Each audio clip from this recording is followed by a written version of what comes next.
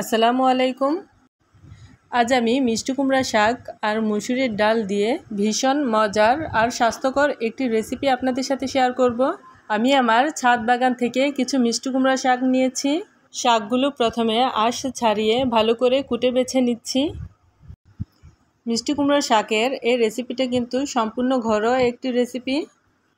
এই গরমে মিষ্টি কুমড়া শাকের এই রেসিপিটা খেতে কিন্তু দারুণ লাগবে। শাকগুলো আমি হাত দিয়ে ছোট ছোট করে কেটে নিচ্ছি। আপনারা চাইলে কিন্তু বটি কিংবা ছুরি দিয়েও কেটে নিতে পারেন। এবার শাকের কচি ডগাটুকু আমি কেটে নিব। বন্ধুরা, আপনারা যারা আমার চ্যানেলে নতুন তারা কিন্তু আমার চ্যানেলটিকে সাবস্ক্রাইব করে পাশে থাকা বেল বাটনটি বাজিয়ে চ্যানেলটির পাশেই থেকে যাবেন। আর রেসিপিটি ভালো লাগলে অবশ্যই একটা লাইক দিবেন। আপনাদের একটা লাইক আমাকে পরবর্তী ভিডিও বানাতে উৎসাহিত করে।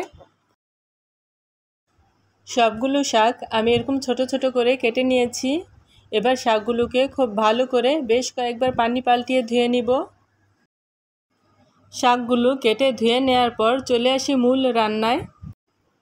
আমি এখানে হাফ কাপ পরিমাণ মসুরের ডাল খুব ভালো করে ধুয়ে পরিষ্কার করে নিয়েছি। তারপর ডালগুলো একটি কড়াইতে নিয়ে নিচ্ছি।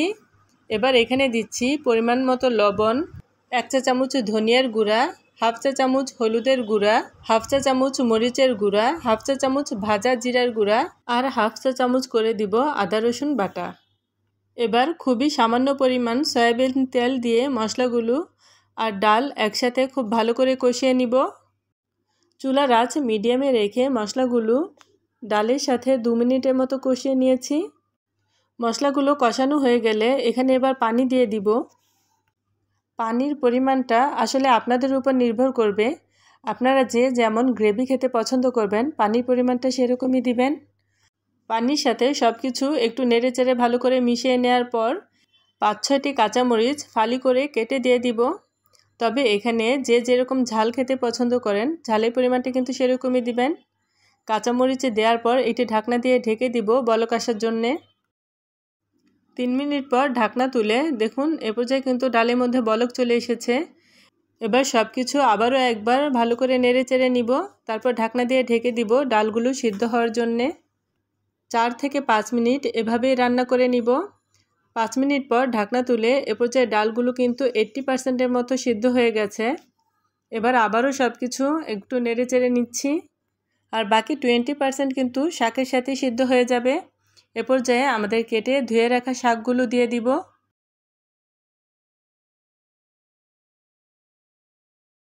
শাকগুলো দিয়ে নেড়ে চেড়ে ডালের সাথে মিশিয়ে নিব। শাকগুলো নেড়ে চেড়ে ডালের সাথে ভালো করে মিশিয়ে নেওয়ার পর ঢাকনা দিয়ে ঢেকে 5 মিনিট রান্না করে নিব মিডিয়াম আঁচে। 5 মিনিট পর ঢাকনা তুলে আবারও নেড়ে চেড়ে নিব। এর মধ্যে কিন্তু আমার শাকগুলো খুব সুন্দর করে সিদ্ধ হয়ে গেছে আর ডালটাও সম্পূর্ণ সিদ্ধ হয়েছে। এখানে কিন্তু শাক থেকেও বেশ অনেকটা পানি বের হয়েছে। আর আমার শাকগুলো কচি আর টাটকা থাকায় শাকগুলো কিন্তু খুবই দ্রুত সিদ্ধ হয়ে গেছে। শাক ডাল সব কিছু ভালো করে সিদ্ধ হওয়ার পর এ পর্যায়ে শাকে বাগার দিয়ে নিব। শাকে বাগার দেওয়ার জন্য নিচে একটি ফ্রাই প্যানে পরিমাণ মতো সয়াবিন তেল, তেলের মধ্যে 2টি শুকনো মরিচ ছিঁড়ে দিচ্ছি 1 চা চামচ আস্ত জিরা। এবার এগুলো তেলের মধ্যে নেড়েচেড়ে একটু ভেজে নিব। জিরাটা যখন ফুটে উঠবে তখন দিব একটি আস্ত রসুন কুচি আর দিচ্ছি 2টি পেঁয়াজ কুচি। এবার এই সবগুলো তেলের মধ্যে ভেজে নিব। পেঁয়াজ রসুন কুচিগুলো যখন একটু ব্রাউন হয়ে যাবে তখন এই সম্পূর্ণ বাগারটাই আমরা শাকের মধ্যে ঢেলে দিব। আর সব শেষে এই বাগারটা দেওয়ার কারণে কিন্তু শাকের টেস্ট অনেক গুণ বেড়ে যায়। শাক সবজি তো আমাদের সবারই স্বাস্থ্যের জন্য খুবই উপকারী। যারা শাক খেতে পছন্দ না করেন তারাও কিন্তু এভাবে কুমড়ো শাক রান্না করে দিলে চেটেপুটে খেয়ে নেবে। বাগারটা এবার নেড়ে চেড়ে শাকের সাথে খুব ভালো করে মিশিয়ে নিব।